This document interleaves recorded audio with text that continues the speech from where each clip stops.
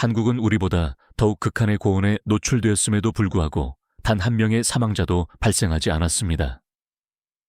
유럽 27개국 정상이 모인 브뤼셀 회의장에서 세계의 지도자들은 이 믿기 힘든 통계에 경악을 금치 못했습니다.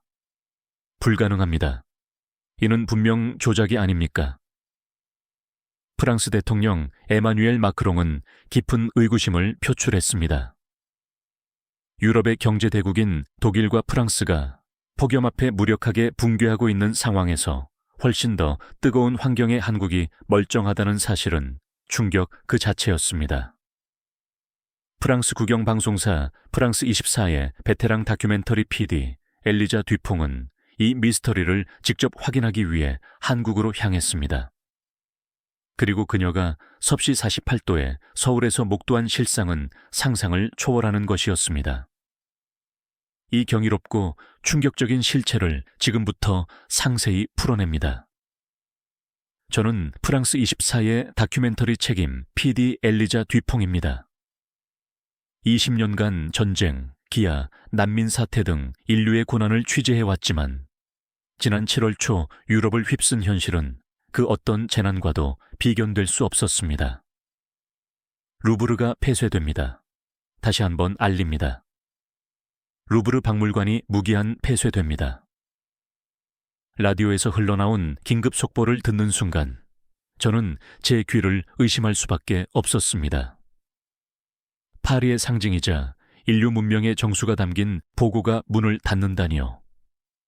하지만 그 폐쇄 이유를 접하고 더욱 충격에 빠졌습니다. 내부 온도 조절 시스템의 연쇄적인 고장으로 인해 예술작품의 손상 위험이 극도로 높아졌다는 것입니다. 모나리자를 비롯한 핵심 소장품들은 현재 지하벙커로 긴급하게 이송 중이라는 보도가 이어졌습니다. 창밖의 온도계는 45도를 가리키고 있었습니다. 이미 4주째 지속된 살인적인 폭염은 유럽의 인프라를 한계로 몰아붙였습니다. 에어컨 장치는 포화 상태에 도달했고 전력망은 곧 파열될 듯 비명을 지르고 있었습니다. 새벽 6시 방송국으로 출근하기 위해 집을 나섰습니다.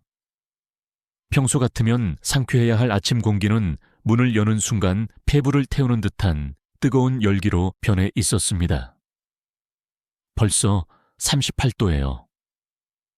아파트 복도에서 마주친 이웃 간호사 마르탱은 연이은 밤샘 근무에 지친 기색이 역력했습니다. 어제도 응급실이 환자들로 가득 찼어요. 열사병 환자가 너무 많아서요. 파리 지하철역으로 내려가는 계단은 흡사 지옥의 문과 같았습니다. 환기 시스템이 일주일째 작동을 멈춘 탓에 뜨거운 공기가 지하에 갇혀 지상보다 훨씬 끔찍한 환경을 조성하고 있었죠. 1호선, 4호선, 7호선 운행이 중단됩니다. 레일 변형의 위험이 감지되었습니다. 안내 방송이 나올 때마다 시민들의 깊은 절망에 한숨이 터져 나왔습니다. 남아있는 노선마저 에어컨 없이 운행되는 상황이었습니다. 간신히 탑승한 2호선 열차 내부는 뜨거운 찜통 그 자체였습니다. 창문을 열어도 오직 뜨거운 바람만이 유입될 뿐이었죠. 옆자리 승객의 셔츠는 땀으로 완전히 젖어 있었고 맞은편 여성은 지친 나머지 부채질을 멈추고 고개를 숙이고 있었습니다. 이러다 정말 죽겠습니다. 누군가의 고통스러운 신음소리가 들려왔지만 그 누구도 대답할 기력조차 남아있지 않았습니다. 방송국에 도착했을 때는 이미 비상 상황이 전개되고 있었습니다. 에펠탑 폐쇄 확정, 철골 구조의 변형 위험이 보고되었습니다. 정치부 데스크가 다급하게 소리쳤습니다. 120년 만에 처음이야. 열팽창으로 인해 볼트가 풀리고 있다고 합니다. 더욱 충격적인 소식들이 쉴 새 없이 쏟아져 나왔습니다. 베르사유 궁전의 정원은 전면 고사 위기에 처했고 오르세 미술관 역시 작품 대피를 시작했으며 개선문 관광은 완전히 중단되었습니다. 프랑스가 자부하던 모든 문화유산이 이 폭염 앞에서 무릎을 꿇고 있었습니다.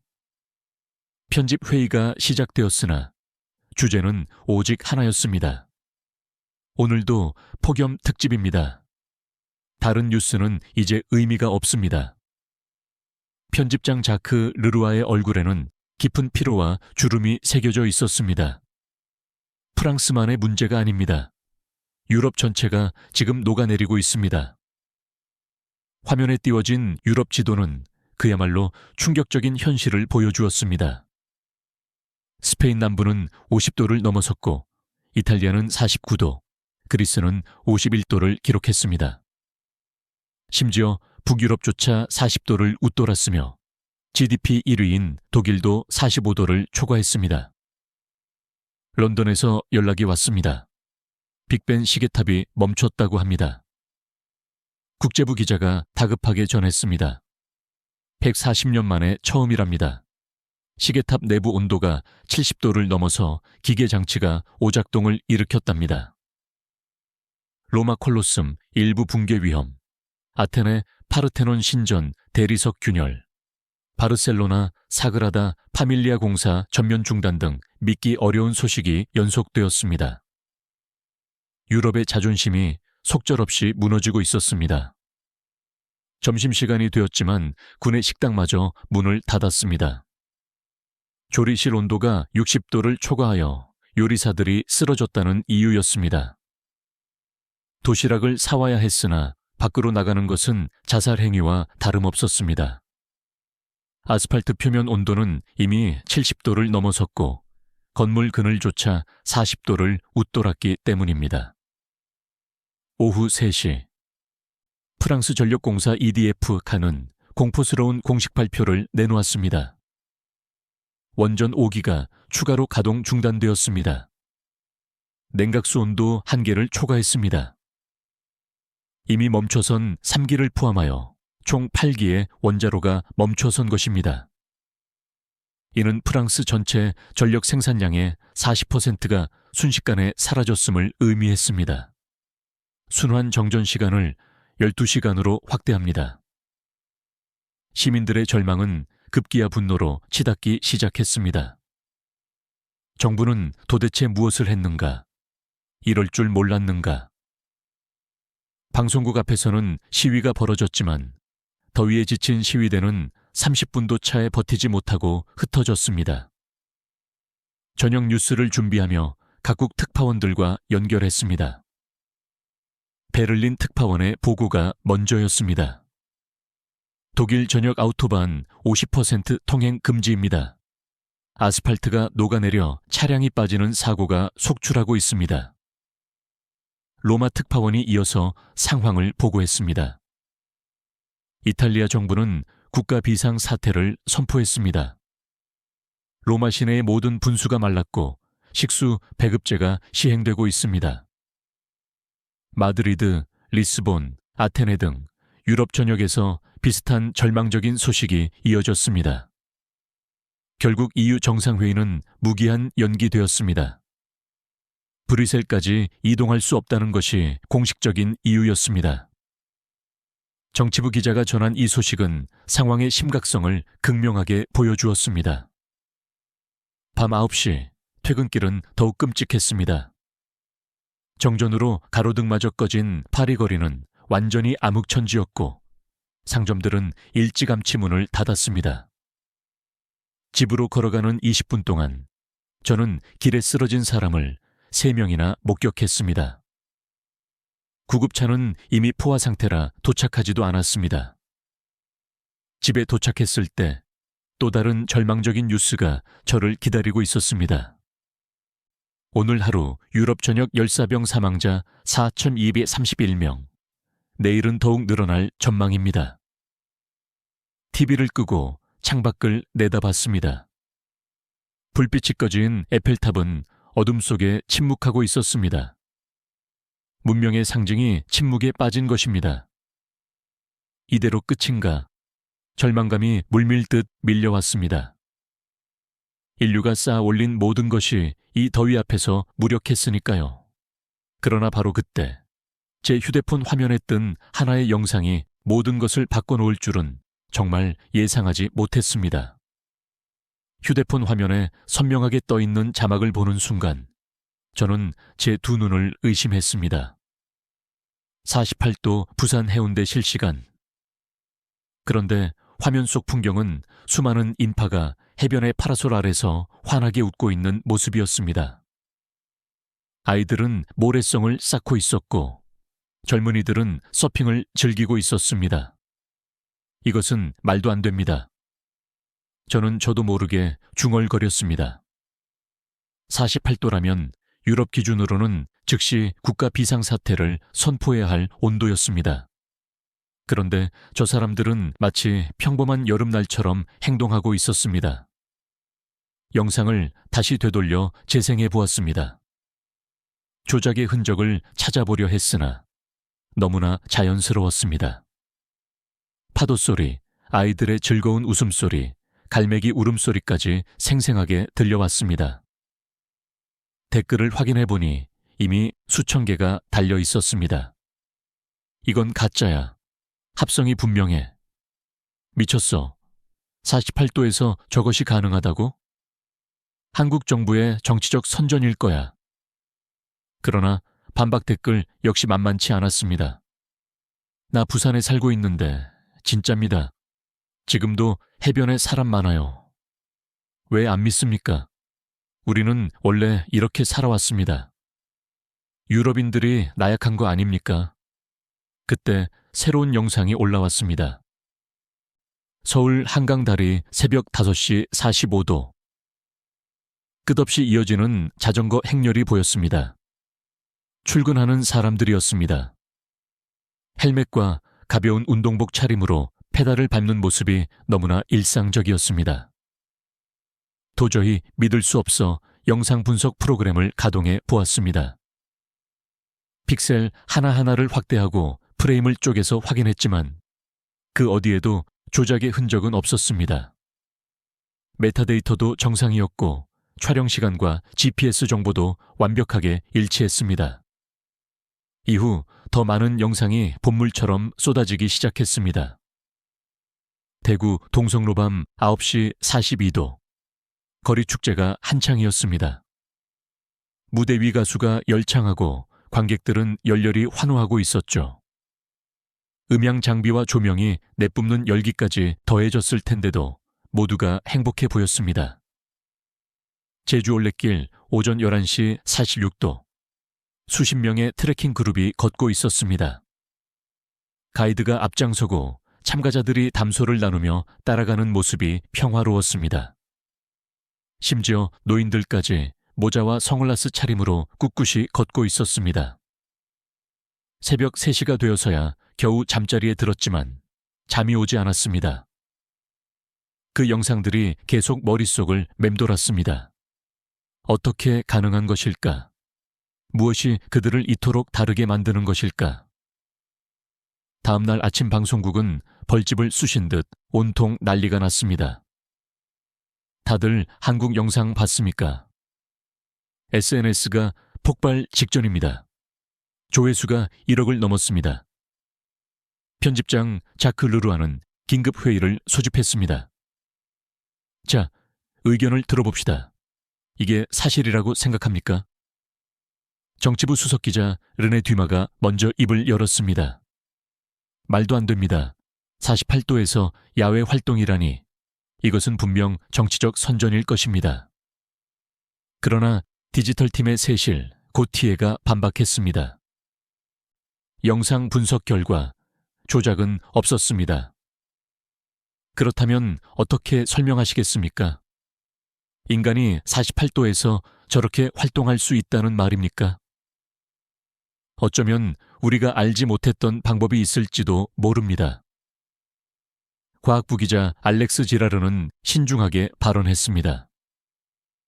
한국은 수십 년간 폭염을 겪어왔습니다. 적응했을 가능성이 있습니다. 논쟁은 격화되었습니다. 믿는 측과 믿지 못하는 측으로 나뉘어 목소리가 높아졌습니다. 그때 국제부에서 연락이 왔습니다. 한국 특파원과 연결되었습니다. 화면에 나타난 서울 특파원 줄리앙 베르티에의 얼굴은 충격과 혼란 그 자체였습니다. 줄리앙, 그곳 상황은 어떻습니까? 믿기 어려우시겠지만 모두 사실입니다. 지금도 창밖에 사람들이 걸어 다니고 있습니다. 온도는 46도인데 말입니다. 어떻게 그게 가능합니까? 저도 이해가 안 됩니다. 하지만 제 눈앞에서 벌어지고 있는 일입니다. 줄리앙 베르티에는 카메라를 돌려 창밖을 비췄습니다. 정말로 거리에 사람들이 가득했습니다. 버스를 기다리고 횡단보도를 건너고 상점에 들어가는 평범한 일상이 펼쳐지고 있었습니다. 지하철도 정상 운행 중이고 상점도 모두 문을 열었습니다. 마치 우리의 25도 날씨처럼요. 회의실 전체가 깊은 침묵에 잠겼습니다. 점심시간 더욱 충격적인 사건이 벌어졌습니다. 한국 정부가 전 세계를 향해 공식 성명을 발표한 것입니다. 전 세계 언론인 여러분을 대한민국에 초대합니다. 직접 오셔서 이 현실을 확인하십시오. 우리는 숨길 것이 없습니다. 동시에 실시간 라이브 방송을 시작했습니다. 24시간 대한민국 폭염 생중계라는 타이틀로 서울, 부산, 대구, 제주 등 주요 도시를 동시에 보여주었습니다. 이는 조작이 불가능한 생방송이었습니다. 저는 화면에 완전히 못 박힌 듯이 앉아 있었습니다. 새벽 4시 서울 남산에서는 등산객들이 산을 오르고 있었습니다. 오전 7시 부산 지하철역은 출근 인파로 가득 찼습니다. 전고 대전시장은 상인과 손님들로 활기가 넘쳤습니다. 오후 3시 광주공원에서는 아이들이 천진난만하게 뛰어놀고 있었습니다. 저녁 8시 제주 해변에서는 가족들이 산책을 즐겼습니다. 밤 11시 서울 홍대 거리는 젊은이들로 인산인해를 이루었습니다. 24시간 내내 48도의 폭염 속에서도 한국은 생동하며 움직이고 있었습니다. 이것은 불가능합니다. 물리학 박사 출신인 알렉스 지라르는 머리를 감싸 쥐었습니다. 인체의 한계를 넘어선 것입니다.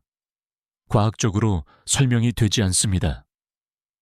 하지만 증거는 계속해서 축적되었습니다.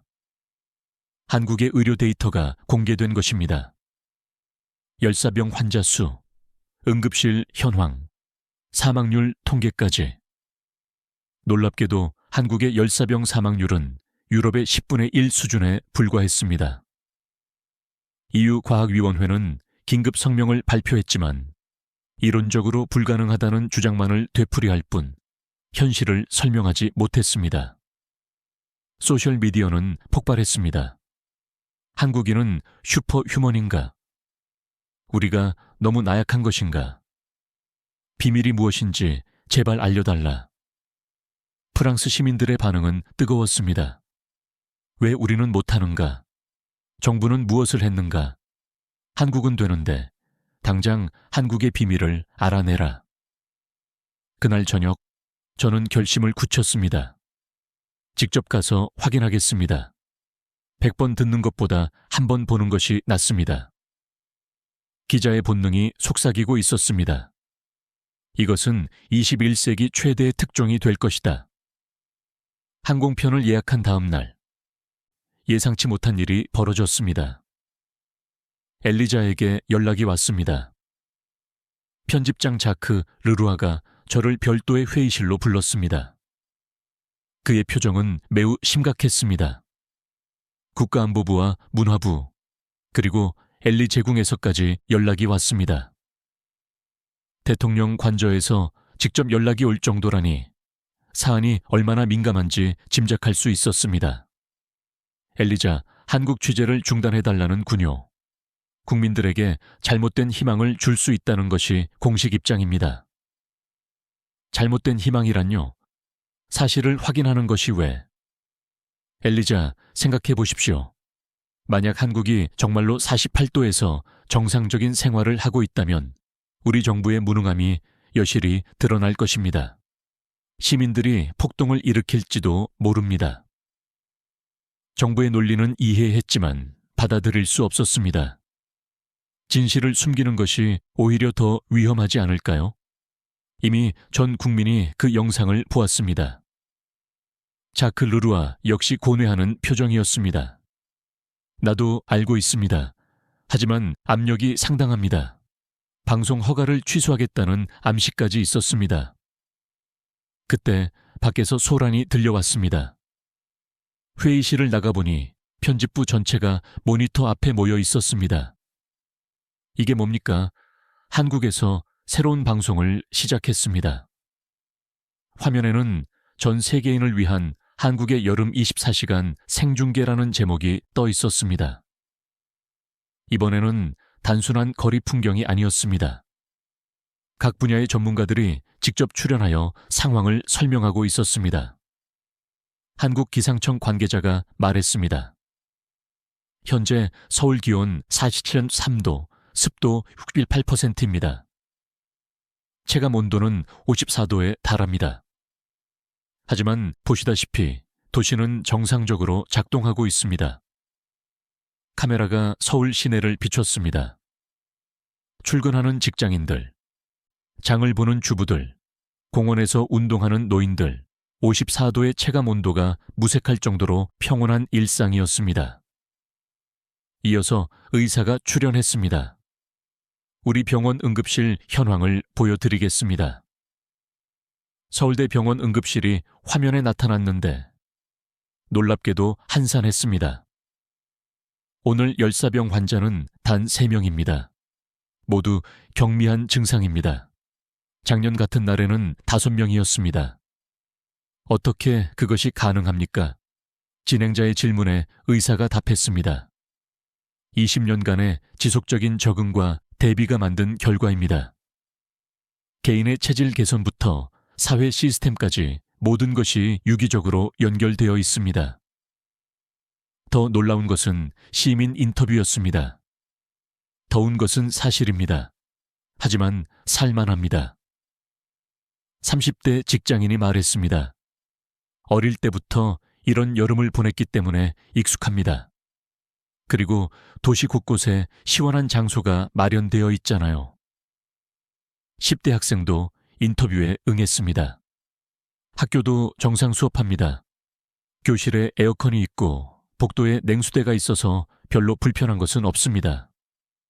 심지어 80대 노인도 나왔습니다. 옛날이 더 힘들었지. 에어컨도 없었는데도 이겨냈습니다. 지금은 천국이지요. 편집부는 침묵에 잠겼습니다. 부정하고 싶어도 부정할 수 없는 현실이 눈앞에 펼쳐지고 있었기 때문입니다.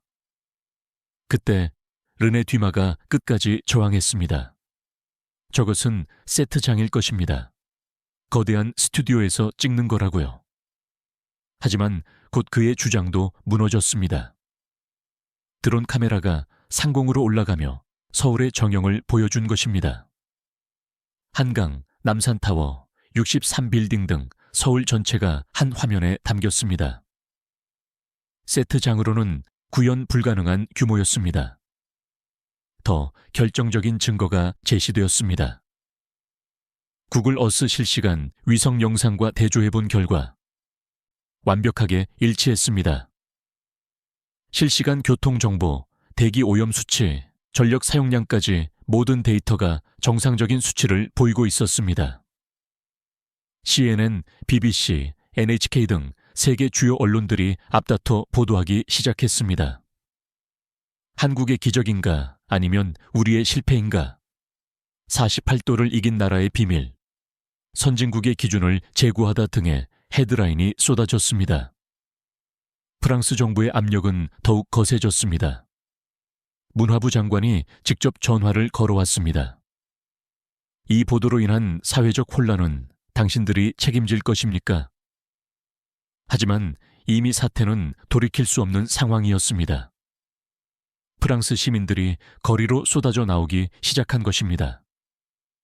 한국의 비밀을 공개하라. 우리도 48도에서 살고 싶다. 정부는 무능을 인정하라.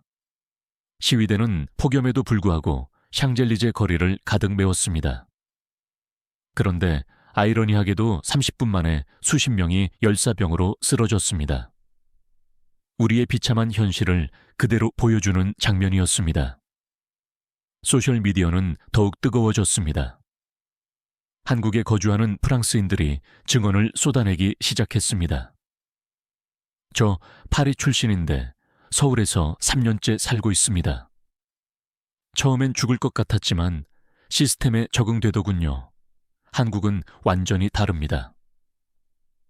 한국 회사에 다니는데 여름에는 새벽 6시 출근, 오후 2시 퇴근입니다. 가장 더운 시간을 회피하는 것이죠. 무엇보다 전기세 걱정이 없습니다. 에어컨을 켜도 기본 요금 수준입니다. 프랑스에서는 상상도 못할 일입니다.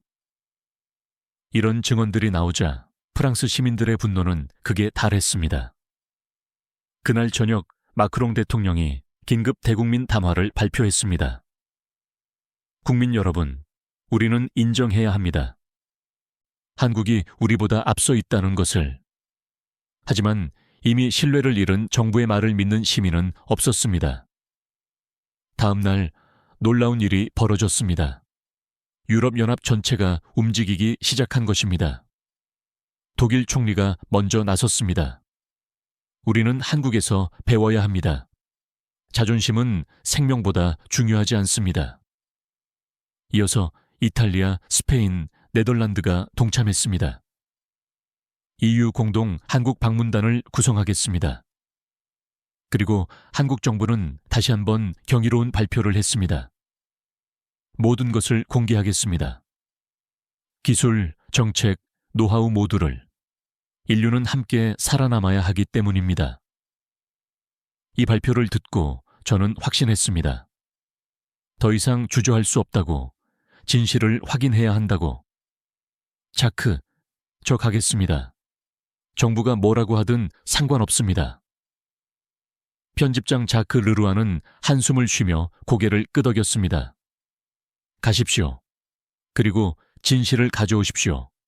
프랑스를 위해서라도. 그렇게 저는 서울행 비행기에 몸을 실었습니다. 12시간 후 제가 마주할 현실은 정말로 상상을 초월하는 것이었습니다. 12시간의 비행 끝에 인천공항 상공에 도착했을 때 기장의 안내방송이 흘러나왔습니다. 현재 인천공항 지상 온도는 47도입니다. 곧 착륙하겠습니다. 옆자리에 앉은 BBC의 기자 에단 와일드가 긴장한 표정으로 물었습니다. 준비되었습니까? 솔직히 저는 준비가 되었는지 확신할 수 없었습니다. 47도라니 파리에서는 이미 국가 비상사태 선포 온도였으니까요.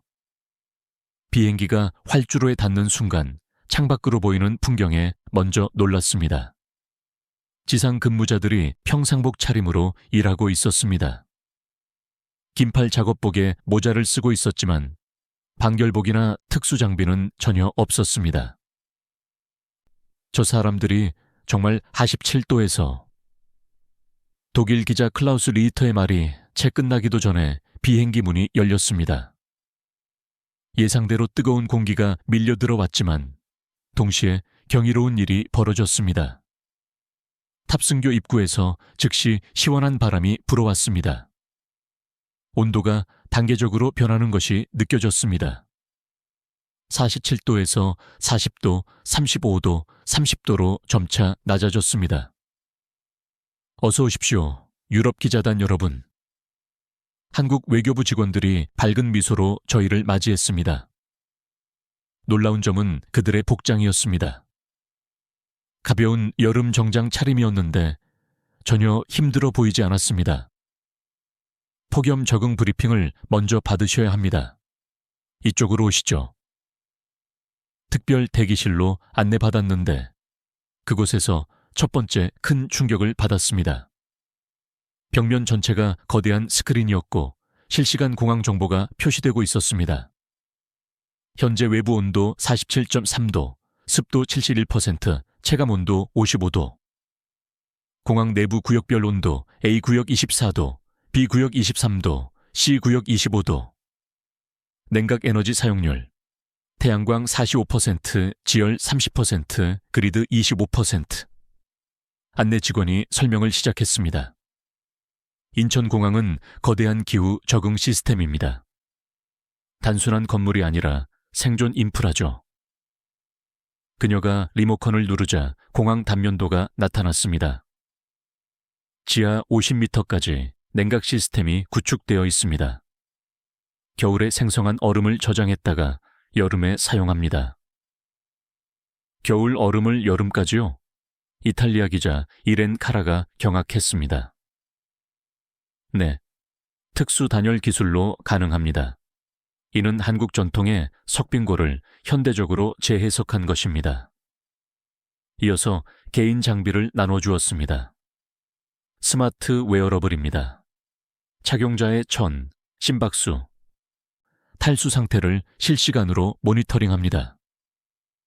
손목에 착용하는 순간 제 생체 정보가 표시되었습니다. 천 36.8도, 심박수 82, 수분 상태 양호. 위험 수치에 도달하면 알람이 울리고 가장 가까운 냉각 존을 안내하는 시스템이었습니다. AI가 개인별 최적 경로를 계산해 주는 것입니다. 더 놀라운 것은 공항 곳곳에 세밀한 디테일이었습니다. 화장실에 가니 세면대에서 나오는 물이 얼음물처럼 차가웠습니다. 지하 냉각수를 순환시킵니다. 손을 씻는 것만으로도 천을 효과적으로 낮출 수 있습니다. 거울 위에는 천 카메라가 설치되어 실시간으로 제 얼굴 온도를 보여주었습니다. 복도를 걷는 내내 놀라움의 연속이었습니다. 천장에서는 미세한 물안개가 분사되고 있었는데 전혀 젖는 느낌이 없었습니다. 나노미스트 기술입니다. 입자가 너무 작아 즉시 증발하면서 열을 빼앗아 가는 원리입니다. 바닥 역시 특별했습니다. 걸을 때마다 시원한 감촉이 느껴졌습니다. 냉각 파이프가 바닥 아래에 매설되어 있습니다. 복사 냉각 효과를 이용하는 것입니다. 수화물을 찾는 곳으로 가는 길에 폭염 대피소 표지판을 발견했습니다. 100m마다 대피소가 있었습니다. 응급 상황 발생 시 누구나 이용 가능합니다. 실제로 들어가 보니 작은 방이었지만 에어컨이 강력하게 작동하고 있었고 생수와 에너지바가 충분히 비치되어 있었습니다. 모두 무료입니다. 생존권은 돈으로 살 수 없기 때문입니다. 짐을 찾고 입국장으로 나갈 때 또 다른 시스템을 발견했습니다. 에어 커튼입니다. 보이지 않는 공기벽이 냉기를 가두는 역할을 합니다. 실제로 경계선을 넘는 순간 온도 차이가 확연히 느껴졌습니다. 공항철도 플랫폼으로 향하는 길은 모두 지하로 연결되어 있었습니다. 한 번도 외부 열기에 노출되지 않고 이동할 수 있었습니다. 교통 약자를 위한 설계입니다. 노약자, 어린이, 장애인도 안전하게 이동할 수 있도록 합니다. 플랫폼에서 기다리는 동안 전광판을 봤습니다. 다음 열차 2분 후 도착. 현재 플랫폼 온도 24도, 열차 내부 온도 22도, 서울역까지 예상 체감 온도 23도. 모든 정보가 온도 중심으로 제공되고 있었습니다. 열차가 들어왔을 때 또 한 번 놀랐습니다. 외벽이 특수 코팅으로 반짝이고 있었는데 만져보니 전혀 뜨겁지 않았습니다. 열반사 나노 코팅입니다. 태양열의 95%를 반사시킵니다. 열차 내부는 그야말로 천국이었습니다. 좌석마다 개인 냉방기가 있었고 천장에는 공기청정 시스템이 작동했습니다. 필터가 매일 교체됩니다. 폭염 시에는 공기질 또한 중요하기 때문입니다. 창밖을 보니 놀라운 광경이 펼쳐졌습니다. 고속도로 위에 거대한 태양광 캐노피가 설치되어 있었습니다. 그늘을 만들면서 동시에 전기도 생산합니다. 일석이조의 효과죠. 더 놀라운 것은 일반 차량들이었습니다. 47도의 날씨에도 정상적으로 달리고 있었습니다. 자동차 에어컨도 특별합니까? 전기차가 70%입니다. 엔진열이 없어서 더 효율적이죠. 그리고 충전소마다 그늘막이 설치되어 있습니다. 20분쯤 달렸을까요? 도심이 보이기 시작했는데 건물들이 모두 하얗게 빛나고 있었습니다. 쿨루프 정책입니다. 모든 건물 지붕과 외벽을 밝은 색으로 도색합니다. 도시 전체 온도를 3-5도 낮추는 효과가 있습니다. 서울역에 도착했을 때 저는 완전히 다른 세계에 발을 들인 것 같았습니다. 역사 전체가 하나의 거대한 냉방 공간이었고 수많은 사람들이 평온하게 이동하고 있었습니다. 이제 시작입니다. 안내 직원 이준호 씨가 미소 지으며 말했습니다. 진짜 서울을 보여드리겠습니다. 밖으로 나가는 순간 47도의 열기가 얼굴을 강타했습니다. 하지만 놀랍게도 견딜만 했습니다. 아니, 어떻게 견디고 있는지 이해할 수 있을 것 같았습니다. 도시 전체가 시민을 보호하고 있었기 때문입니다. 서울역에서 나와 택시를 탔습니다. 운전사분이 먼저 말을 걸어왔습니다. 프랑스에서 오셨어요. 많이 덥죠? 네. 어떻게 이런 날씨에 운전을... 운전사분이 웃으며 에어컨을 더 강하게 틀어주었습니다. 익숙해져요. 그리고 서울은 더위를 피할 곳이 많거든요. 어디로 모실까요? 도시 전체를 보고 싶습니다. 아, 그럼 제가 특별 코스로 안내해 드리겠습니다. 서울이 어떻게 더위를 이겨내는지 보여드리죠. 택시가 출발하자마자 놀라운 것들이 눈에 들어왔습니다. 먼저 도로가 일반 아스팔트가 아니었습니다. 밝은 회색의 특수 포장이었습니다. 열 흡수를 최소화하는 특수 콘크리트입니다. 일반 아스팔트보다 표면 온도가 20도는 낮습니다. 정말로 신호 대기 중에도 열기가 올라오지 않았습니다. 더 놀라운 것은 교차로마다 설치된 거대한 그늘막이었습니다. 태양광 패널 그늘막입니다. 그늘도 만들고 전기도 생산합니다. 횡단보도 대기하는 시민들을 보호하죠. 실제로 사람들이 그늘 아래에서 편안하게 신호를 기다리고 있었습니다. 건물들을 지나가면서 발견한 것은 1층이 모두 개방되어 있다는 사실이었습니다. 공공냉방 정책입니다. 모든 건물 1층은 시민들이 자유롭게 이용할 수 있습니다. 은행, 관공서, 상업 건물을 막론하고 1층 로비는 시원한 휴식 공간이 되어 있었습니다. 비용은 어떻게 감당합니까? 정부 지원이 70%입니다. 건물주도 이익이 있습니다. 사람들이 모이면 상권이 활성화되거든요. 종로를 지나가면서 또 다른 시스템을 발견했습니다. 도로 양옆으로 물이 흐르고 있었습니다. 도심 실개천 복원 사업입니다.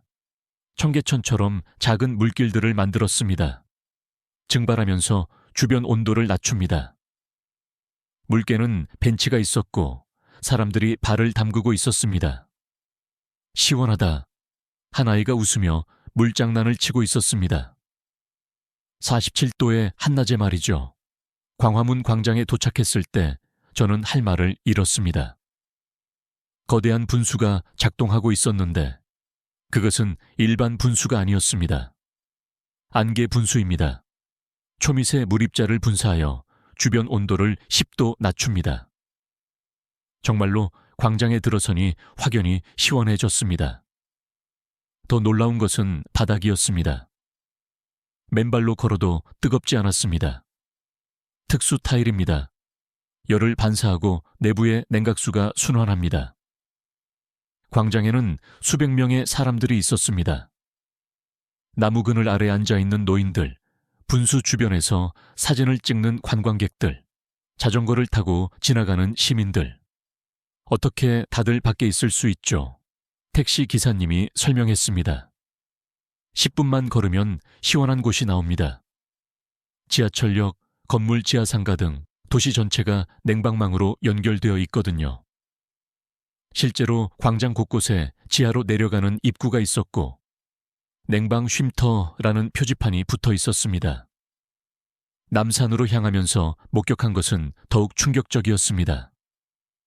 도로 위에 미스트 터널이 설치되어 있었습니다. 차량이 지나갈 때마다 자동으로 작동했습니다. 차량 온도도 낮추고 도로 온도도 낮춥니다. 여름에는 5분마다 작동합니다. 남산 터널을 지나는데 터널 내부가 특별했습니다. 냉각 터널입니다. 지하수를 이용해서 온도를 낮춥니다. 바깥보다 15도는 낮죠. 터널을 나오니 남산 타워가 보였습니다. 타워 주변은 더욱 특별했습니다. 정말로 남산 전체가 거대한 냉각 숲이었습니다. 특수 수종을 심었습니다. 증산작용이 활발한 나무들이죠. 주변은 바깥보다 7, 8도 낮습니다. 케이블카를 타고 올라가는 동안에도 놀라움은 계속되었습니다. 케이블카 내부는 물론 정류장마다 강력한 냉방이 가동되고 있었습니다. 정상에 올라가니 서울 정형이 한눈에 들어왔습니다. 도시 전체가 하얗게 빛나고 있었습니다. 모든 건물이 열반사 코팅을 한 덕분이었습니다. 저기 보이는 게 바람길입니다. 택시기사님이 가리킨 곳을 보니 건물들 사이로 텅 빈 공간들이 일직선으로 나 있었습니다. 찬 공기가 흐르는 통로입니다. 도시 계획 단계부터 설계했습니다. 내려와서 강남으로 이동했습니다. 테헤란로의 고층 빌딩들은 모두 다리로 연결되어 있었습니다. 스카이웨이 시스템입니다. 20층 높이에서 건물 간 이동이 가능합니다. 에어컨이 완비된 통로죠. 실제로 하늘 위에서 사람들이 걸어 다니는 것이 보였습니다. 지상에 내려오지 않고도 강남 전체를 이동할 수 있는 시스템이었습니다. 코엑스로 들어가 보았습니다. 지하 쇼핑몰은 그야말로 별천지였습니다. 지하 도시입니다. 여름에는 여기가 진짜 도심이죠. 수만 평의 지하 공간에 상점, 식당, 영화관, 도서관, 심지어 공원까지 있었습니다. 인공 태양광 시스템으로 지하에서도 식물이 자라고 있었습니다. 사람들로 붐비고 있었지만 모두가 여유로워 보였습니다. 바깥은 47도인데 여기는 23도예요. 천국이죠. 다시 지상으로 올라와 한강으로 향했습니다. 한강 다리를 건너는데 다리 위에도 그늘막이 설치되어 있었습니다. 자전거 도로와 보행로를 보호합니다. 그늘막 자체가 태양광 패널입니다. 한강공원에 도착했을 때 믿기 힘든 광경이 펼쳐졌습니다. 강변 전체에 미스트가 분사되고 있었고 곳곳에 그늘막과 냉방 텐트가 설치되어 있었습니다. 한강 수온이 25도입니다. 자연 냉각 효과가 있습니다. 더 놀라운 것은 강변 지하 공간이었습니다. 지하 1층 전체가 냉방 공간이었습니다.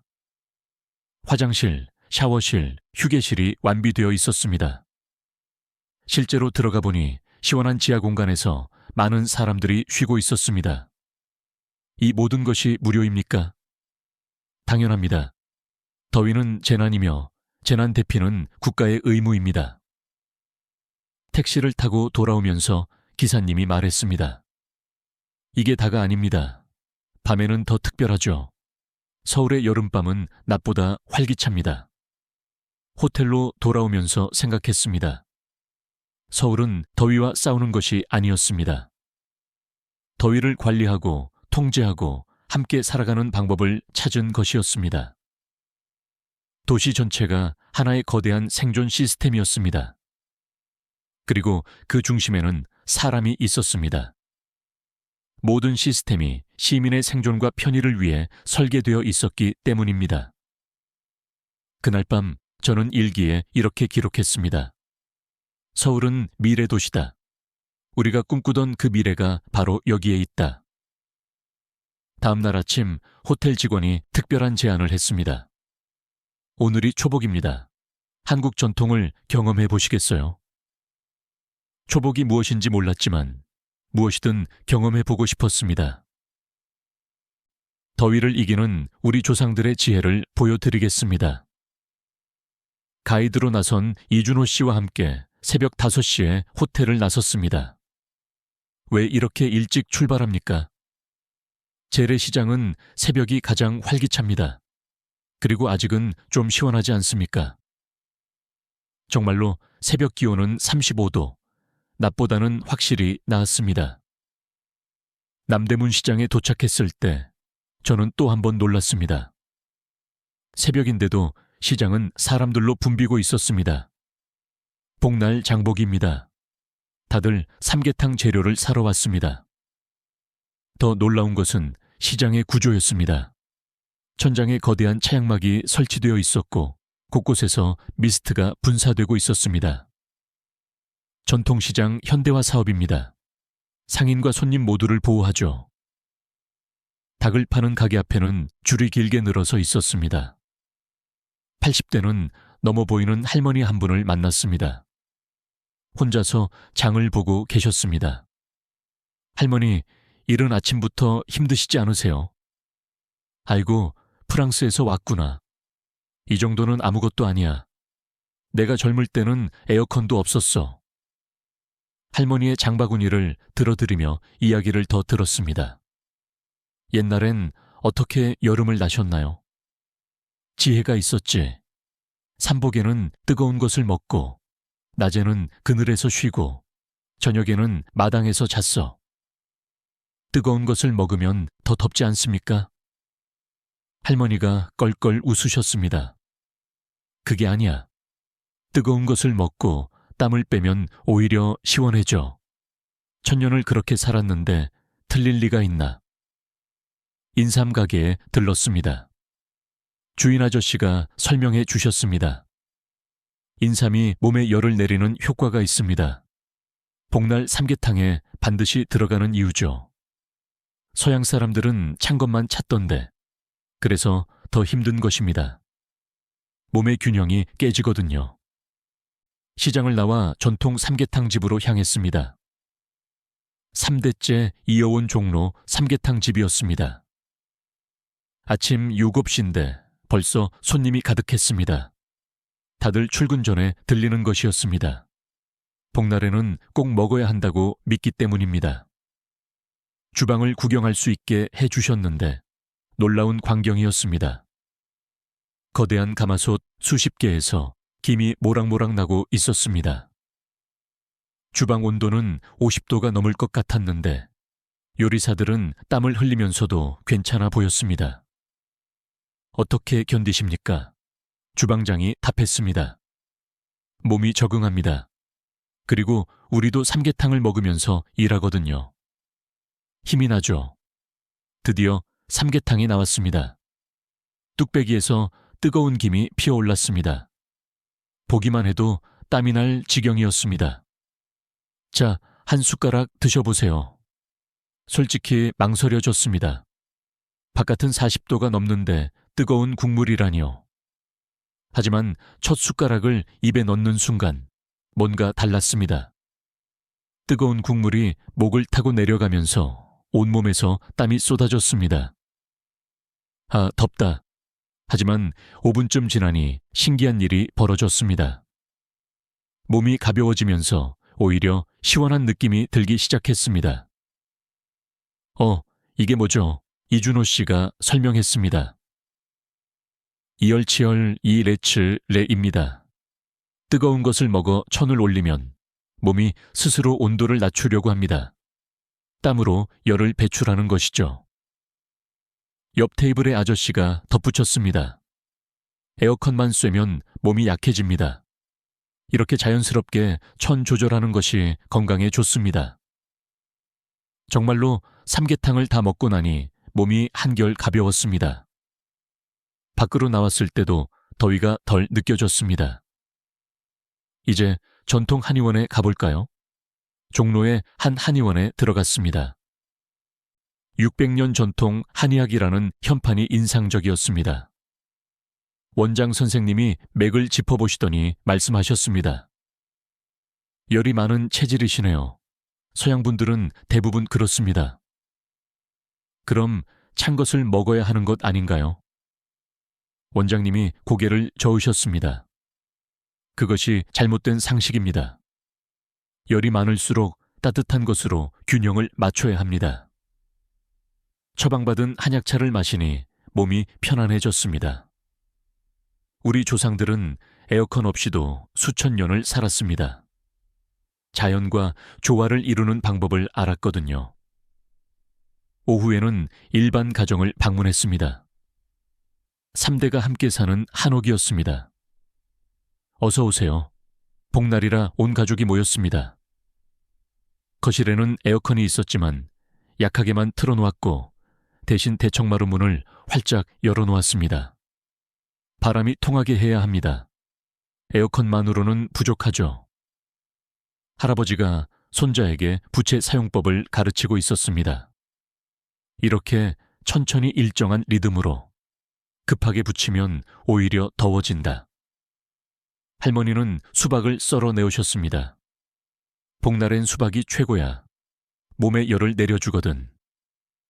온 가족이 둘러앉아 이야기를 나누었습니다. 우리 어릴 때는 동네 사람들이 다 모여서 마당에서 잤어요. 어머니가 추억을 떠올렸습니다. 낮에는 너무 더워서 일을 못했죠. 새벽과 저녁에 일하고 한낮엔 쉬었어요. 지금도 그 지혜를 잊으면 안 됩니다. 아버지가 덧붙였습니다. 에어컨이 고장날 수도 있고 정전이 될 수도 있잖아요. 기본은 알아야죠. 막내딸이 재미있는 이야기를 했습니다. 학교에서 전통더위 극복법 수업을 합니다. 부채 만들기, 전통 음료 만들기 같은 거요. 정말요? 네, 미래를 위한 교육이랍니다. 기후가 계속 더워질 테니까요. 저녁 무렵 동네 공원으로 나갔습니다. 작은 공원이었는데 동네 사람들이 모여 있었습니다. 저녁에는 여기가 우리 거실입니다. 정재서는 어르신들이 장기를 두고 아이들은 분수대 주변에서 놀고 있었습니다. 에어컨 있는 집에 있는 것보다 여기가 더 좋아요. 사람 사는 맛이 나죠. 한 아주머니가 말했습니다. 밤 9시가 되자 더 많은 사람들이 나왔습니다. 밤바람이 최고예요. 자연 에어컨이죠. 누군가 수박을 들고 나왔고 다른 사람은 옥수수를 삶아왔습니다. 복날 밤에는 이렇게 나눠 먹는 것이 전통입니다. 모두가 한 가족처럼 어울렸습니다. 그날 밤 저는 많은 것을 깨달았습니다. 한국인들이 폭염을 견디는 비결은 첨단 기술만이 아니었습니다. 수천 년간 이어온 지혜, 공동체 문화, 자연과의 조화. 이 모든 것이 어우러져 48도의 여름을 살아갈 수 있게 만든 것이었습니다. 기술은 도구일 뿐, 진짜 힘은 사람과 문화에서 나오는 것이었습니다.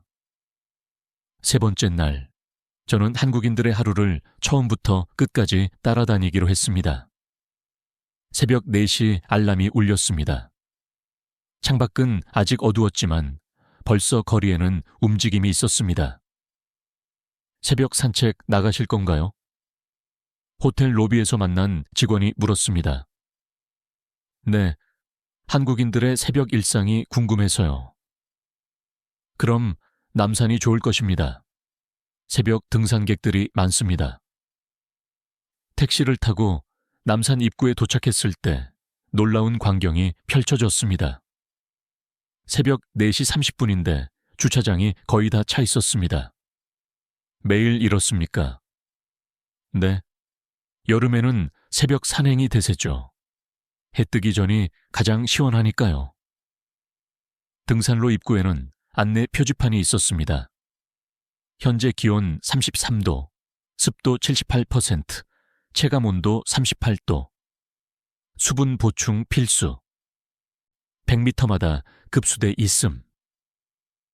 정말로 등산로를 따라 올라가니 일정 간격으로 급수대가 설치되어 있었습니다. 차가운 물이 계속 나왔고 옆에는 종이컵과 수건까지 비치되어 있었습니다. 시에서 관리합니까? 함께 오르던 50대 아저씨가 답했습니다. 그럼요. 시민 안전이 최우선이죠. 탈수는 위험하니까요. 가파른 계단을 오르는데 앞서가는 할아버지가 계셨습니다. 70은 넘어 보였는데 발걸음이 가벼웠습니다. 어르신, 매일 오르세요? 20년째야. 하루도 안 빠졌어. 이 더위에 힘들지 않으세요? 새벽엔 괜찮아. 그리고 움직이면 오히려 몸이 개운해져. 15분쯤 올랐을까요? 첫 번째 쉼터에 도착했습니다. 놀랍게도 쉼터에는 대형 선풍기가 설치되어 있었습니다. 태양광으로 작동합니다. 낮에 충전해 두었다가 새벽에 쓰는 거죠. 벤치에 앉아 쉬면서 주변을 둘러봤습니다. 새벽인데도 수백 명의 사람들이 산을 오르내리고 있었습니다. 서울 인구의 10%는 새벽 운동을 합니다. 함께 쉬던 젊은 여성이 말했습니다. 출근 전에 운동하면 하루가 개운하거든요. 정상에 도착했을 때는 5시 30분이었습니다. 동이 트기 시작했고 서울 정형이 서서히 모습을 드러냈습니다. 와, 도시 전체가 안개에 쌓여 있었는데 그것은 자연 안개가 아니었습니다. 새벽 미스트 시스템이 작동하고 있었던 것입니다. 도시 전체에 물안개를 뿌려서 온도를 낮춥니다. 정말로 곳곳에서 미세한 물안개가 피어오르고 있었습니다. 6시가 되자 하산하는 사람들이 늘어났습니다. 출근 준비해야죠. 다들 서둘러 내려갔습니다. 저도 따라 내려와 지하철역으로 향했습니다. 6시 30분 신도림역은 출근 전쟁이 시작됐습니다. 하지만 예상과 달리 역사 내부는 쾌적했습니다. 지하철역 냉방은 24시간입니다. 대피시설 역할도 하거든요. 플랫폼에서 기다리는 사람들을 관찰했습니다. 대부분 가벼운 차림이었습니다. 반팔 셔츠에 면바지, 운동화 차림이 많았습니다. 정장 안 입어도 되나요? 쿨비즈가 의무입니다. 넥타이를 매면 오히려 이상하게 봅니다. 유감시 광화문 일대는 출근 인파로 가득했습니다. 놀라운 건 자전거 출근자들이었습니다. 자전거 전용 도로에 미스트 터널이 있습니다. 시원하게 출근할 수 있죠. 정말로 자전거 도로 위에는 일정 강역으로 미스트가 분사되고 있었습니다. 한 대기업 사무실을 방문할 기회가 있었습니다. 여름 근무 시간은 유감시 출근, 4시 퇴근입니다. 인사팀 김 과장이 설명했습니다. 가장 더운 시간을 회피하는 것이죠. 사무실 내부도 특별했습니다. 온도는 106도로 고정입니다. 너무 낮추면 바깥과의 온도 차이로 오히려 건강에 해롭습니다. 직원들은 각자 USB 선풍기를 사용하고 있었습니다. 개인차가 있으니까 각자 조절하는 거죠. 10시 회의실에서 미팅이 있었습니다. 아이스 아메리카노 드릴까요? 아니요. 따뜻한 차 주세요. 제가 놀라자 김 과장이 웃으며 말했습니다. 한국인들은 여름에도 따뜻한 것을 많이 마십니다. 속이 편하거든요. 점심시간 직원들과 함께 식당가로 나갔습니다. 47도의 열기가 덮쳤지만 모두 익숙한 듯 걸었습니다. 지하 통로로 갈까요? 아니요, 밖으로 가죠. 5분이면 되는데요. 횡단보도마다 그늘막이 있었고 건물 사이로 시원한 바람이 불었습니다. 바람길 설계 덕분이에요. 건물 배치를 바람이 통하도록 했습니다. 김치찌개 집에 들어갔습니다. 여름에 뜨거운 것을 먹으면 힘이 나지 않나요? 오히려 힘이 납니다. 땀 빼고 나면 개운합니다. 오후 2시 가장 뜨거운 시간이었습니다. 거리가 한산해질 줄 알았는데 여전히 사람들이 다니고 있었습니다. 어디 가세요? 버스를 기다리던 아주머니께 물었습니다. 병원 가요. 이 시간이 한가하거든요. 버스 정류장은 완전히 밀폐된 공간이었습니다. 에어컨 버스 쉼터입니다. 버스가 올 때까지 시원하게 기다릴 수 있죠. 3시 한 초등학교를 방문했습니다. 학교 수업 시간인데 아이들이 운동장에서 놀고 있었습니다. 괜찮습니까? 그늘막 아래는 안전합니다. 그리고 10분마다 물을 마시게 합니다. 선생님이 설명했습니다. 5시 퇴근 시간, 다시 거리가 붐비기 시작했는데 낮과는 다른 활기가 있었습니다. 이제부터가 진짜 하루의 시작입니다. 한강공원으로 향하는 사람들이 많았습니다. 6시, 한강공원은 피크닉 천국이었습니다. 치맥하러 가요. 젊은이들이 편의점에서 치킨과 맥주를 사서 한강으로 향했습니다. 잔디밭 곳곳에 돗자리가 깔렸고 사람들이 모여 앉았습니다. 더위를 피하는 것이 아니라 즐기는 거예요. 한 청년이 말했습니다. 8시 홍대 거리는 젊음의 열기로 가득했습니다. 거리 공연이 한창이었고 사람들이 춤을 추고 있었습니다. 낮보다 밤이 더 재미있어요. 클럽 앞에는 대형 선풍기와 미스트가 설치되어 있었습니다. 춤추다가 더우면 나와서 식히고 다시 들어갑니다. 10시 24시간 카페에 들렀습니다. 놀랍게도 만석이었습니다. 집보다 여기가 시원해요. 대학생들이 노트북을 펴고 공부하고 있었습니다. 그리고 혼자 있으면 더 더운 것 같습니다. 사람들이랑 있으면 잊게 되죠. 자정. 편의점에 들렀는데 여전히 손님이 많았습니다. 맥주 많이 나갑니까? 아닙니다. 이온 음료가 더 많이 나갑니다. 다들 탈수 예방에 신경 쓰거든요. 새벽 1시 택시를 타고 호텔로 돌아왔습니다. 오늘 어떠셨어요? 기사님이 물었습니다. 놀라웠습니다. 48도인데 모두가 일상을 살고 있다는 게. 익숙해지면 됩니다. 그리고 혼자가 아니잖아요. 다 같이 겪는 것이니까요. 호텔에 도착해서 하루를 정리했습니다. 한국인들은 더위를 특별한 것으로 보지 않았습니다. 그저 여름의 일부, 삶의 일부로 받아들였죠.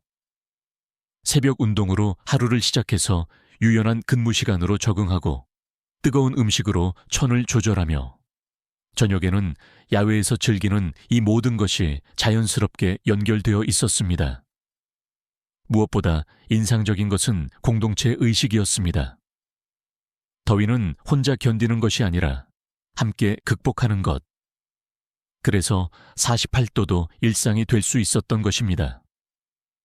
넷째 날 아침, 드디어 한국폭염대응의 심장부를 방문할 기회가 왔습니다. 국가기후대응 통합관제센터입니다. 일반인은 출입 금지였지만 특별 허가를 받았습니다. 안내를 맡은 정부 관계자가 설명했습니다. 세종시 정부청사 지하 7층. 엘리베이터에서 내리자 삼엄한 보안 검색대가 나타났습니다. 카메라는 특정 구역만 촬영 가능합니다.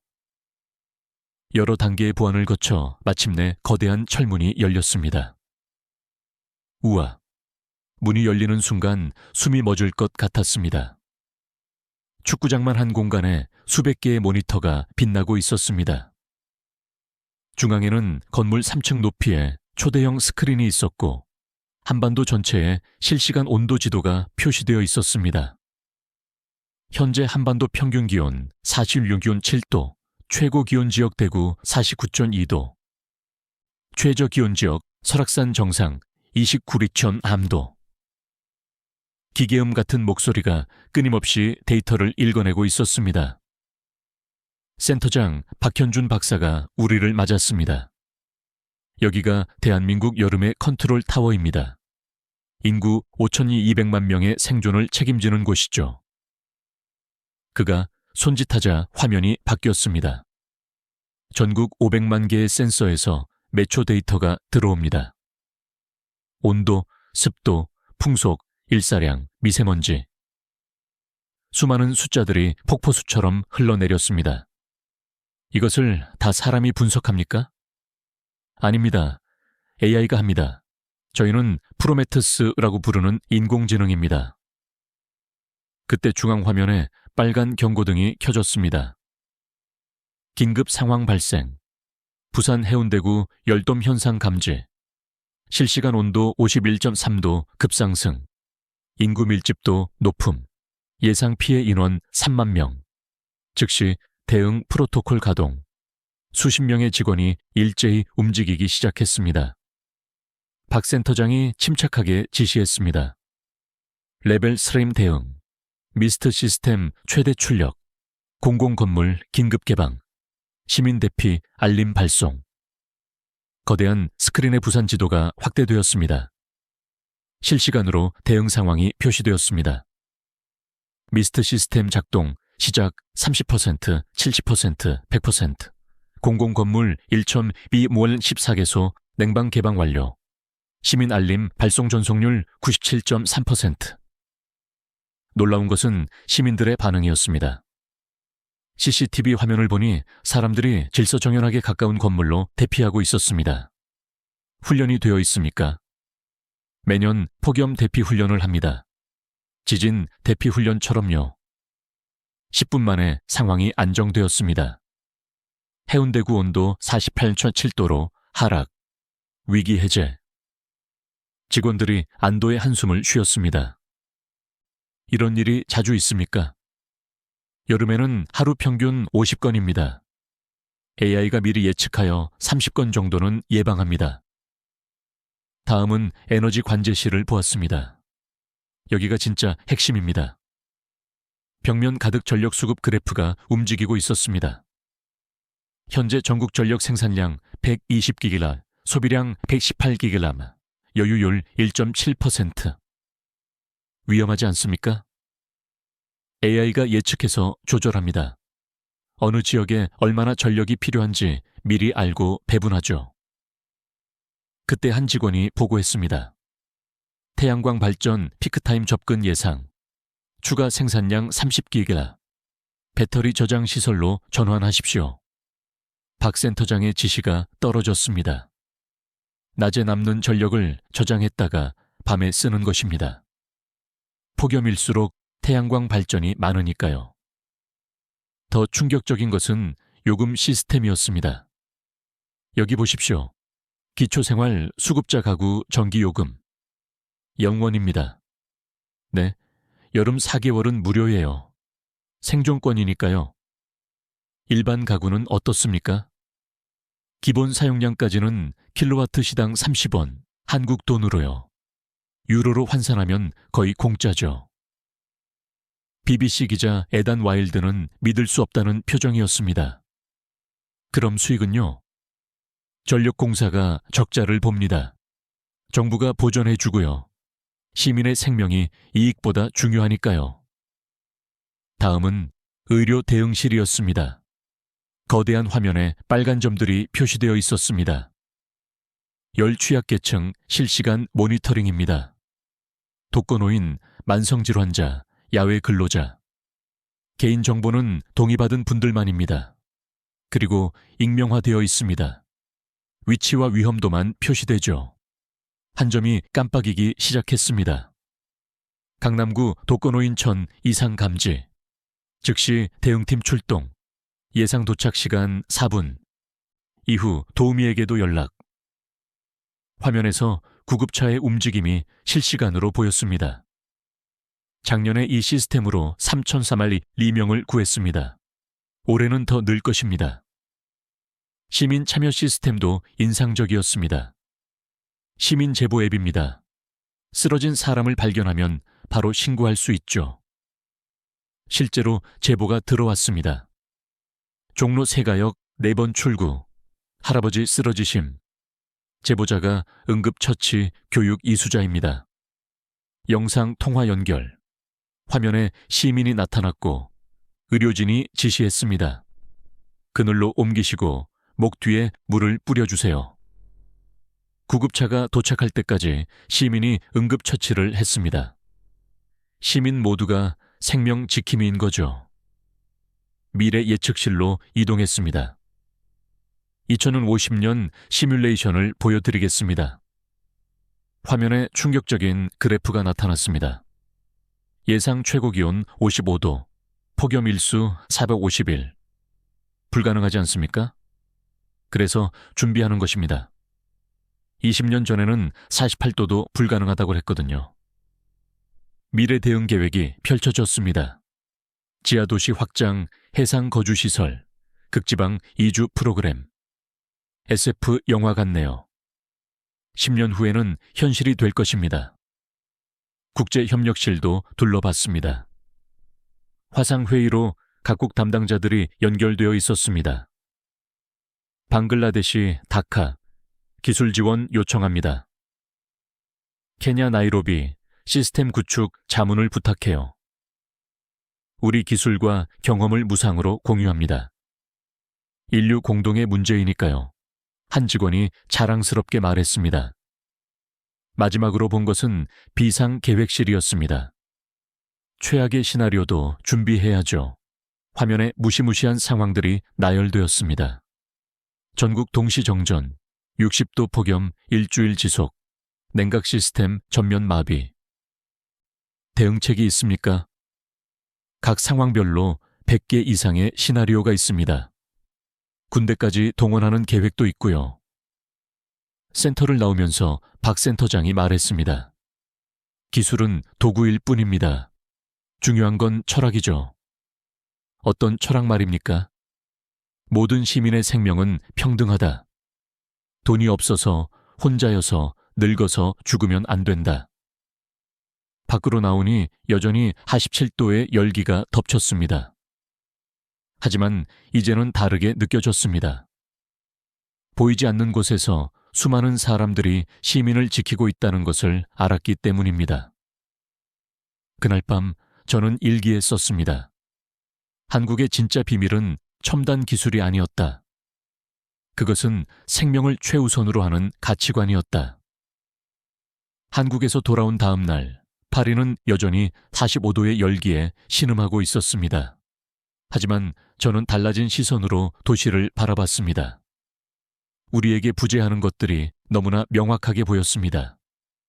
엘리자, 무사히 돌아왔군. 방송국에 도착하자 편집장 자크 르루아가 방했습니다. 하지만 그의 얼굴에는 일주일 전보다 더 깊은 피로가 묻어 있었습니다. 어제도 정전이었습니다. 12시간이나. 사상자는 파리에서만 89명. 프랑스 전체로는. 그는 말을 잇지 못했습니다. 회의실에 모든 스태프가 모였습니다. 제가 준비한 영상을 틀었습니다.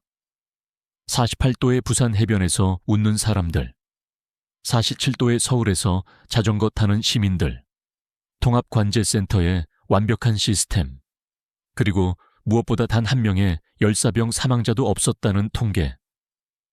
상영이 끝났을 때 회의실은 무거운 침묵에 빠졌습니다. 이게 모두 진짜입니까? 누군가 작은 목소리로 물었습니다. 네, 제가 직접 보고 겪은 현실입니다. 저는 2시간 동안 상세히 설명했습니다. 도시 설계부터 에너지 정책, 시민의식부터 정부 철학까지. 전기가 기본권이라고, 여름에는 거의 무료라고, AI가 시민 한 명 한 명을 지키고 있다고. 질문이 쏟아졌고 저는 하나하나 답했습니다. 그럼 우리는 무엇을 한 것입니까? 르네 듀마의 목소리에는 자괴감이 묻어났습니다. 그날 저녁 특별 방송이 편성되었습니다. 오늘 충격적인 진실을 보여드리겠습니다. 48도를 이긴 나라, 그들의 비밀을. 방송이 시작되자 프랑스 전체가 TV 앞에 모였습니다. 시청률은 역대 최고를 기록했습니다. 제가 직접 출연하여 경험을 생생하게 전달했습니다. 한국은 20년 전부터 준비했습니다. 우리가 회의만 하는 동안 그들은 도시를 변화시켰습니다. 통합관제센터 영상이 나갔을 때 방송국 전화는 폭주했습니다. 이게 같은 지구의 일이야? 우리 정부는 뭘 했어? 당장 한국처럼 해. 트위터는 폭발했습니다. 한국처럼. 진짜 선진국. 프랑스의 수치. 1시간 만에 프랑스 트렌드 1위를 차지했습니다. 다음 날 아침 프랑스는 발칵 뒤집혔습니다. 르몽드 일면은 우리가 선진국인가? 피가로지는 한국의 교훈, 생명이 먼저다. 리베라숑은 GDP 2위의 수치를 헤드라인으로 내걸었습니다. 시민들이 거리로 나왔습니다. 샹젤리제는 시위대로 가득 찼습니다. 한국의 시스템을 도입하라. 정의는 권리다. 정부는 무능을 인정하라. 아이러니하게도 45도의 열기 속에서 시위하던 시민 수십 명이 쓰러졌습니다. 우리의 냉혹한 현실을 그대로 보여주는 장면이었습니다. 정치권도 요동쳤습니다. 야당 대표가 의회에서 외쳤습니다. 한국은 시민을 지키는데 우리는 죽게 내버려 뒀다. 이것이 프랑스의 자유인가? 여당도 할 말이 없었습니다. 숫자가 모든 것을 말해줬기 때문입니다.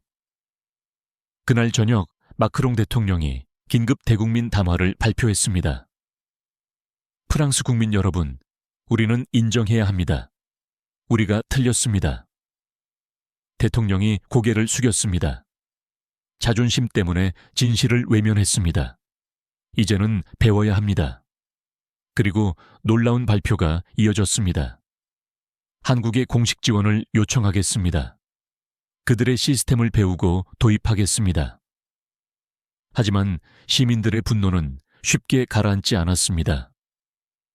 20년 늦었다. 지금 당장 시작해 다음 날 더 놀라운 일이 벌어졌습니다. 독일 총리가 베를린에서 발표했습니다. 독일은 한국 모델을 전면 도입하겠습니다. 자존심보다 생명이 중요합니다. 이어서 이탈리아, 스페인, 네덜란드가 줄줄이 동참했습니다. EU 의장이 브뤼셀에서 선언했습니다. EU 차원의 한국 방문단을 구성하겠습니다. 휴초밀 축계국이 함께 배우겠습니다. 언론들도 앞다투어 한국 특파원을 증언했습니다. BBC는 서울에 별도 스튜디오를 만들기로 했고 CNN은 한국의 여름 특집 다큐 시리즈를 기획했습니다. 일주일 후 한국 정부의 반응이 전해졌습니다. 모든 것을 공개하겠습니다. 인류는 함께 살아남아야 합니다. 동시에 글로벌 기후 적응 센터를 서울에 설립한다고 발표했습니다. 가장 큰 변화는 인식이었습니다. 더 이상 GDP나 경제 규모를 자랑하지 않았습니다. 대신 묻기 시작했습니다. 우리 시민은 안전한가? 우리는 미래를 준비하고 있는가?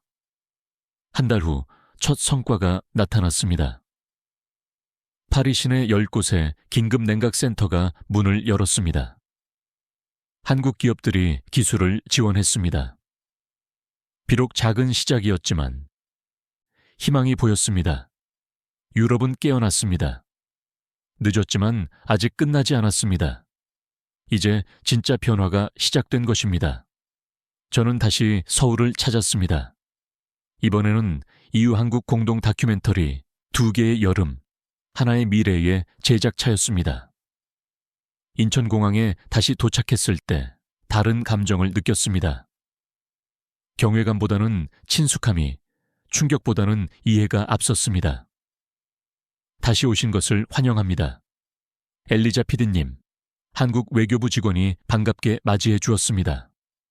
파리의 변화를 자랑스럽게 지켜봤습니다. 공항에서 서울로 가는 길, 창밖을 보며 생각했습니다.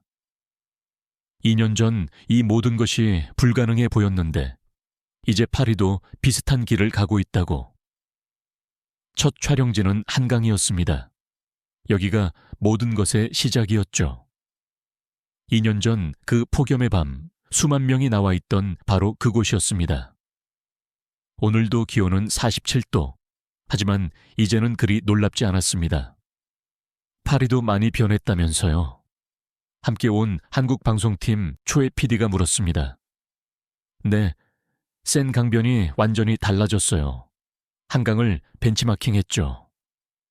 그가 미소 지었습니다. 서로 배우는 것이죠. 우리도 유럽의 문화 보존 기술을 배우고 있습니다. 다음 날 특별한 곳을 방문했습니다. 글로벌 기후 적응 센터. 서울 근교에 세워진 거대한 교육시설이었습니다. 현재 87개국에서 연수생이 와 있습니다. 센터장이 안내했습니다. 강의실을 들여다보니 다양한 나라 사람들이 수업을 듣고 있었습니다. 오늘 주제는 도시 냉각 시스템 설계입니다. 놀라운 것은 강사진이었습니다. 한국 전문가뿐 아니라 프랑스, 독일, 일본 전문가들도 있었습니다. 이제는 각국의 경험을 모아 최선의 해법을 찾고 있습니다. 실습장도 인상적이었습니다. 여기서 각종 냉각 시스템을 직접 체험할 수 있습니다. 미스트 터널, 지하 냉각 시스템, 스마트 그리드. 모든 기술을 직접 보고 배울 수 있었습니다. 우리나라 엔지니어들도 여기서 교육받고 갔습니다. 프랑스에서 온 연수생이 자랑스럽게 말했습니다. 정부 관계자와 인터뷰도 있었습니다. 한국의 성공 비결이 무엇이라고 생각하십니까? 두 가지입니다. 첫째는 일찍 시작한 것, 둘째는 포기하지 않은 것입니다. 그가 창밖을 가리켰습니다. 20년 전 첫 폭염 대책을 세울 때 많은 비판이 있었습니다. 과잉 대응이라고요. 하지만 그것이 옳은 일이었습니다. 그때 시작하지 않았다면 지금의 한국은 없었을 것입니다. 유럽에 전하고 싶은 메시지가 있다면요. 늦었다고 생각할 때가 가장 빠른 때입니다. 그리고 혼자가 아닙니다. 우리가 함께합니다. 마지막 촬영은 부산 해운대였습니다. 여전히 48도의 폭염, 여전히 수만 명의 피서객. 하지만 이제는 전 세계가 이 광경을 이해하고 있었습니다. 2년 전에는 이게 기적처럼 보였는데 제가 카메라를 향해 말했습니다. 이제는 압니다. 이것은 기적이 아니라 준비와 노력의 결과라는 것을. 촬영을 마치고 파리로 돌아왔습니다. 파리도 많이 변해 있었습니다. 센 강변에는 사람들이 나와 있었고 개선문 광장에는 미스트가 작동하고 있었으며 지하 냉각센터에는 시민들이 쉬고 있었죠. 완벽하진 않았지만 시작이었습니다. 방송국으로 돌아가니 새로운 프로젝트가 기다리고 있었습니다. 엘리자, UN에서 연락이 왔습니다. 자크 르루아가 흥분한 목소리로 말했습니다. 신문명 지표 제작에 참여해 달랍니다. 당신이 한국을 가장 잘 아니까요. 유엔이 발표한 새로운 지표였습니다. GDP가 아닌 시민의 생존 능력을 측정하는 기후 적응 지수가 공식 지표가 된 것입니다. 이제 진짜 선진국의 기준이 바뀌는 것입니다. 그날 밤 저는 최종 보고서를 작성했습니다. 제목은 문명의 새로운 기준이었습니다. 진정한 선진국은 GDP 순위가 아니라 시민이 안전하게 살 수 있는 나라다. 경제력이 아니라 생존력이, 경쟁이 아니라 협력이, 이익이 아니라 생명이 새로운 문명의 기준이 되어야 한다. 1년 전 한국이 보여준 충격은 이제 전 세계의 희망이 되었습니다. 유럽은 빠르게 변하고 있었고 아시아, 아프리카, 아메리카도 뒤따르고 있었습니다. 인류는 함께 배우고 함께 준비하며 함께 살아남는 법을 터득하고 있었습니다. 창밖을 보니 에펠탑이 다시 빛나고 있었습니다. 2년 전 정전으로 꺼졌던 그 불빛이 아직 갈 길은 멀지만 우리는 올바른 방향으로 가고 있었습니다. 한국이 가르쳐준 가장 큰 교훈, 그것은 미래는 예측하는 것이 아니라 준비하는 것이라는 진리였습니다.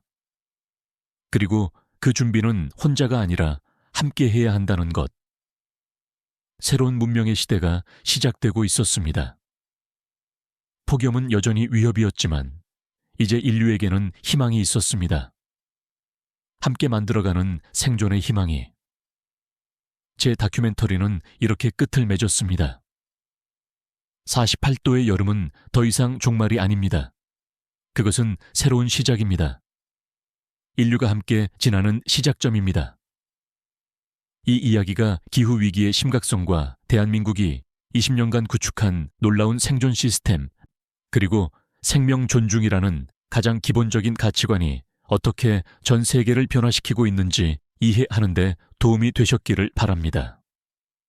여러분의 생각은 어떠신가요?